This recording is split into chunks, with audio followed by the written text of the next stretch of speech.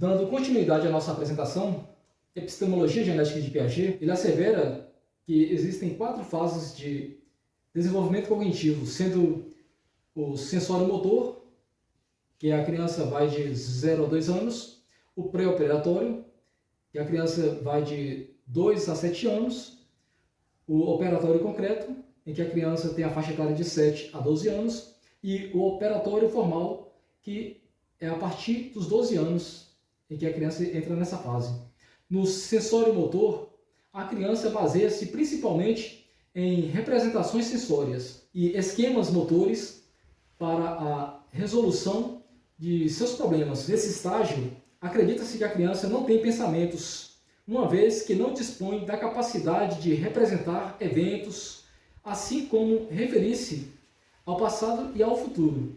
É importante saber que, até então, a criança age sobre o meio por suas ações reflexas e que vai adquirindo as noções de tempo, espaço e casualidade através do convívio que ele tem com o ambiente. A etapa do pré-operatório, essa etapa é caracterizada principalmente pelo aparecimento da linguagem oral e é a partir daí que a criança começa a formar esquemas simbólicos com os quais a mesma consegue substituir ações, pessoas, objetos por símbolos, que são palavras, que são as palavras. O pensamento nessa fase, ele é conhecido por todos nós como pensamento egocêntrico.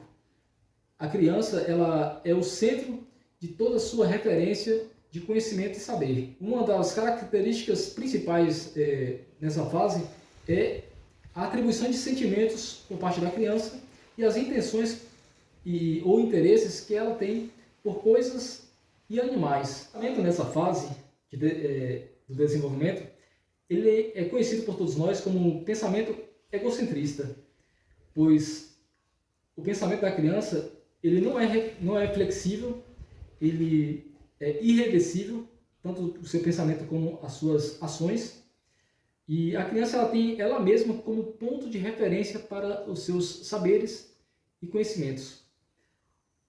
Já na fase do estágio operatório concreto, a criança já possui um pensamento lógico e objetivo. Esse pensamento lógico e objetivo faz com que a criança também tenha seu conhecimento, seu pensamento flexível. Ela volta atrás no que pensou e também no que ela fez.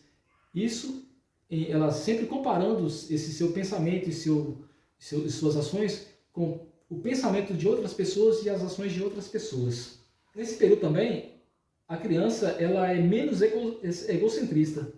Ela passa a pensar e ter seu conhecimento formulado a partir do mundo ao qual ela está inserido e não a partir de si. Ela também consegue, a criança aqui também, ela consegue, no caso já, separar o que é real do fantástico ou do imaginário. No caso, ela já consegue ter essa distinção. E por fim temos o estágio operatório formal, que nessa etapa aqui, a criança ela consegue trabalhar com a realidade que ela vivencia e também com a realidade vivenciada por outros, que é a realidade além da realidade concreta. Na concepção de Piaget, o jogo em geral, a assimilação que se sobressai à acomodação, uma vez que o ato da inteligência leva ao equilíbrio entre a assimilação e a acomodação, sendo a última prorrogada pela imitação. Conforme a criança vai se socializando, o jogo vai adquirindo regras ou então a imaginação simbólica se adapta de acordo com as necessidades da realidade da criança. O ciclo de assimilação individual dá espaço às regras coletivas e aos objetivos também simbólicos representativos no cenário em que ele vivencia as situações de jogos pela criança. Segundo Barbosa e Botelho, em Jogos e Brincadeiras na Educação Infantil, as manifestações lúdicas elas acompanham o desenvolvimento da inteligência, uma vez que vinculam-se aos estágios de desenvolvimento cognitivo. Essa assimilação e acomodação são levadas ao equilíbrio no ato da inteligência. E é cabível dizer, podemos dizer que a criança, durante a atividade lúdica, ela consegue assimilar novas informações e acomodar essas informações em suas estruturas mentais, fazendo com que ela se aproprie facilmente e evolua nos seus estágios de desenvolvimento cognitivo.